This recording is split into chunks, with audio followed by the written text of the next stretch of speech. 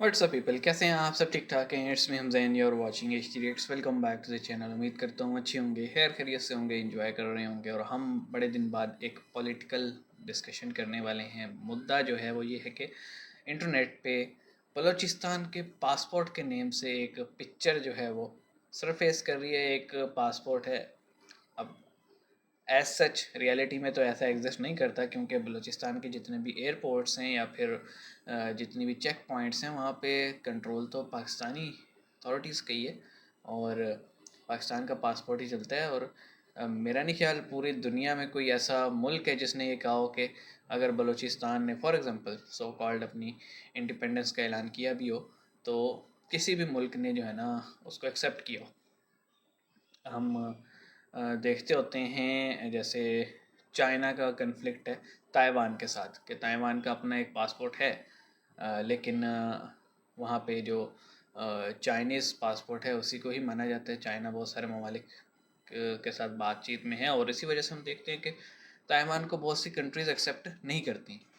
तो ये क्या सीन है कि बलूचिस्तान का नया पासपोर्ट देख भारत के ख़िलाफ़ जिहाद पे निकले पाकिस्तानी। तो ये वीडियो का टाइटल है, हम इसको देखेंगे, बातें करेंगे। पहले देख लेते हैं कि ये एज सच था क्या। शुरू करते हैं 3 2 1 एंड गो। नमस्कार दोस्तों, कुछ दिन पहले नमस्कार। मेजर गौरव आर्या जी ने अपने चैनल में ये कह दिया कि अब देखें ना, भारत को आने वाले बलूचिस्तान जो टाइम है पे उसमें जब ईरान और बलूचिस्तान अफगानिस्तान का हिस्सा पाकिस्तान भी से शामिल है। आजाद हो जाएगा तब बलूचिस्तान की शेरनी महारंग बलूच को भारत के रिपब्लिक डे में एज अ चीफ गर्लिस्ट इनवाइट करना चाहिए। मेजर साहब की ये क्लिप इस वक्त पूरे पाकिस्तान में वायरल है और हर कोई, चाहे वो पाकिस्तान की मेन मीडिया हो या कोई भी यूट्यूबर, वो इस चीज पे बात कर रहा है एंड मेजर साहब को डायरेक्ट रॉ का एजेंट बुला रहा है। वहीं दूसरी तरफ सोशल मीडिया में बलूचिस्तान के फ्रीडम फाइटर्स अब अपना खुद का मैप, खुद का पासपोर्ट, खुद का संविधान बना रहे हैं, जिसे देख पाकिस्तान के लोगों को भी समझ आ चुका है कि एक बार फिर 1971 बहुत जल्द रिपीट होने वाला है। इसी टॉपिक पर चलिए आगे पाकिस्तानी मीडिया का रिएक्शन देखते हैं। वीडियो को लाइक और चैनल को सब्सक्राइब कर लें। एक और मामला हो गया है। हम यहाँ से इनखला करने का मतलब 31 मार्च की हमारी डेडलाइन है अफगानियों के लिए। उधर इंडिया से बैठकर उनके जो रॉ का एजेंट है वो ये धमकी दे रहा है कि हम बलूचिस्तान को पाकिस्तान से अलहदा करेंगे। फिर वो यहाँ पर एक शख्सियत का नाम लेते हैं कि हम उनको अपने यौम दिफा पर बुलवाएंगे। ये किस तरह की बयानबाजी, इंडिया क्या कर रहा है इस सब के अंदर? बेसिकली हम सारे हिंदुस्तानियों को तो नहीं कहेंगे, लेकिन उनकी खामोशी इनके साथ शामिल करती है एक मखसूस माइंडसेट है जो इंतहा पसंद हिंदुओं का है। इसमें फ़ौजी भी हैं, सहाफ़ी भी हैं, जर्नलिस्ट भी हैं, सियासतदान भी हैं, हुक्मरान भी हैं, सारे ही हैं उसमें, ये रॉ भी है। देखिए, मेरे से एक बड़ी अखंड भारत जो मेरी 20वीं रिसर्च सब्जेक्ट था उसके अंदर मेरे से एक गलती हुई कि मैंने रिसर्च करते हुए उनकी जहनी सूरत हाल के ऊपर रिसर्च नहीं की। तो ये मैं इनसे कहूँगा, आंखें खोलो, असल सूरत हाल को देखो। दुनिया बदल चुकी है।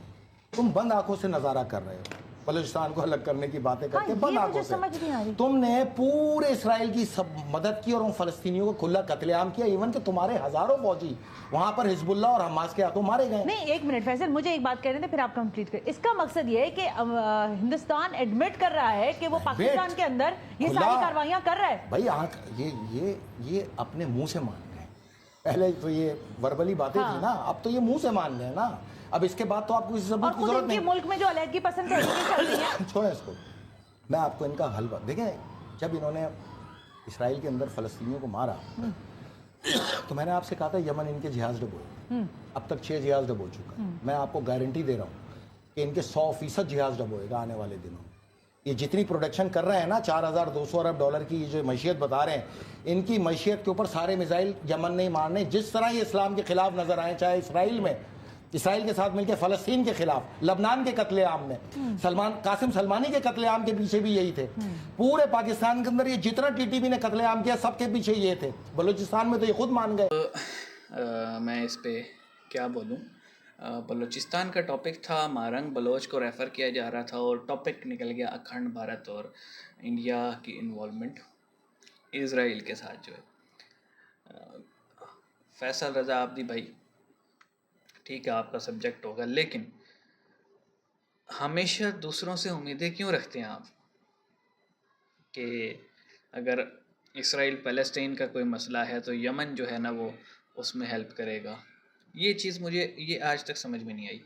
पॉइंट ये है जी, बलूचिस्तान में या पूरे पाकिस्तान में टीटीपी, बीएलए, बीएलएफ, इसी तरह और क्या हो गया जी, सिंधु देश, ये सारे जो आउटफिट्स हैं, टेरर आउटफिट्स, या जैश ए मोहम्मद हो गया, और भी ज़ैली तंजीमें इनकी, जमात दावा वगैरह वगैरह, लगभग जो हमारे इंटीरियर मिनिस्ट्री है ना, मोर देन 82 टेरर आउटफिट्स या उनके सपोर्टर्स की ऑर्गेनाइजेशंस हैं जिनके हर 2-3 महीने बाद अखबार में इश्तहार छपता है कि इनको चंदा ना दें।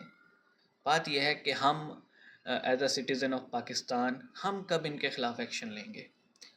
बलूचिस्तान की जंग इस वक्त ये नहीं है कि मिसिंग पर्सनस हैं और मारंग बलोच निकली हुई है, ऐसा बिल्कुल नहीं है।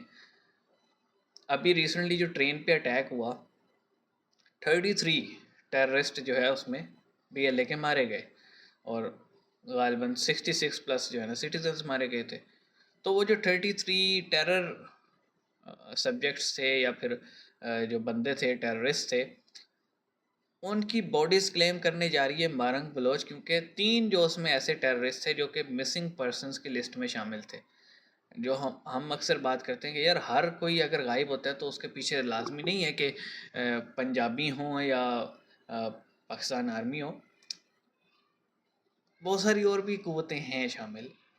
बात सिर्फ इतनी सी है जी, बलूचिस्तान का फ़ैसला करना है बलोचों ने या फिर बलूचिस्तान में रहने वाले लोगों ने।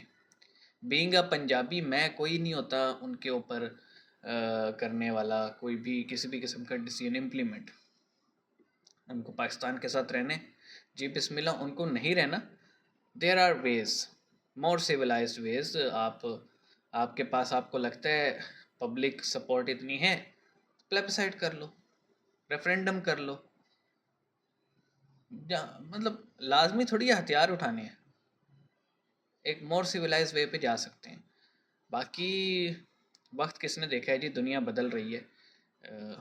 हमारा एशिया जो है या साउथ एशिया, इसका नक्शा कभी भी बदल सकता है, वो हम सबको ही पता है। तो मिलेंगे, अपना ख्याल रखिएगा, सी यू गाइस।